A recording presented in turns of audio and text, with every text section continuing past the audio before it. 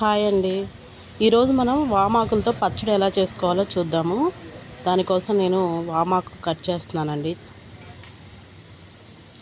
మా ఇంట్లో వామాకు చెట్లు ఉన్నాయి. వాటి నుంచి నేను వామాకులు కట్ చేసుకుంటున్నాను. చాలా ఫ్రెష్గా ఉందండి ఇదంతా.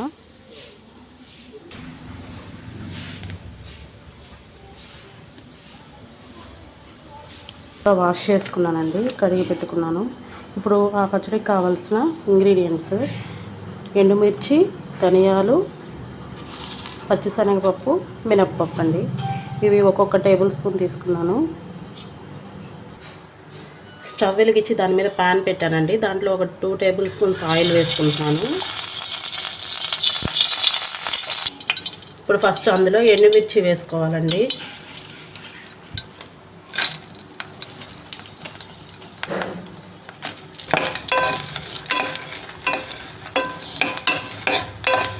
ఎండుమిర్చి కొంచెం వేగిన తర్వాత వాటిని తీసి పక్కకు పెట్టుకుందాం. 2 టేబుల్స్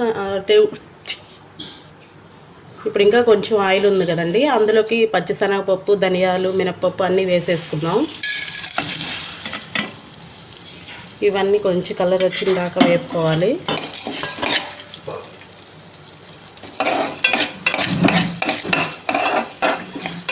ఇవన్నీ మంచి కలర్ వచ్చాయండి. ఇప్పుడు వీటిని తీసి పక్కన పెట్టుకుందాం. ఇప్పుడు అదే పాత్రలో మళ్ళీ ఒక 2 స్పూన్లు ఆయిల్ వేసుకొని ఆకులు కూడా వేసుకుందామండి.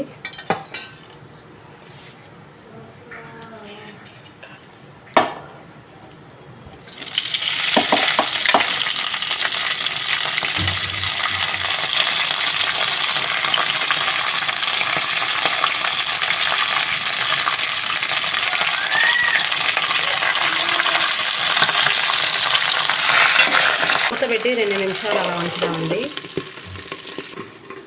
ఇప్పుడు ఆ పచ్చడి కోసం మనం ఒక చిన్న లెమన్ సైజ్ అంతా చింతపండు తీసుకున్నాము. దీన్ని కొంచెం నానబెట్టుకోండి. ఇందులో కొద్దిగా పసుపు వేసుకోవాలండి. ఇలా ఉన్నప్పుడు ఆకు ఇంకా స్టవ్ ఆఫ్ చేసుకొని ఇంకా మిక్సీకి వేసుకుందాము. ఎండుమిర్చి, మనం వేపుకున్న మినపప్పు, పచ్చిశనగపప్పు, వెల్లుల్లి, ఉప్పు అన్నీ వేసుకొని మిక్సీ పట్టుకుందామండి ఒకసారి. రుచికి తగినంతగా వేసుకోవాలి ఉప్పు. ఇలా కోర్స్గా గ్రైండ్ చేసుకోవాలండి. ఇప్పుడు ఇందులోకి చింతపండు యాడ్ చేస్తున్నాము. చింతపండు, వామాకు రెండు యాడ్ చేసుకుంటున్నాం. ఇప్పుడు పోపు కోసం మనం ఒక 2 టేబుల్ స్పూన్ ఆయిల్ వేసుకుంటున్నామండి. ఆయిల్ వేడెక్కిన తర్వాత ఒక టేబుల్ స్పూన్ పోపు గింజలు అన్నీ వేసుకుంటున్నాను. ఎండుమిర్చి, పోపు గింజలు అన్నీ వేసుకుంటున్నాను. పోపు అయిన తర్వాత అందులోకి పచ్చడి యాడ్ చేస్తున్నానండి. ఒక 2 మినిట్స్ పచ్చడి కూడా ఆ పోపులో వేగాలి. ఆ తర్వాత ఒక బౌల్లోకి తీసుకున్నాం.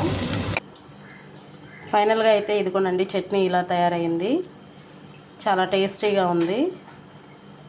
టేస్ట్ చూశాను, అన్నీ బాగా సరిపోయాయండి. Thank you for watching.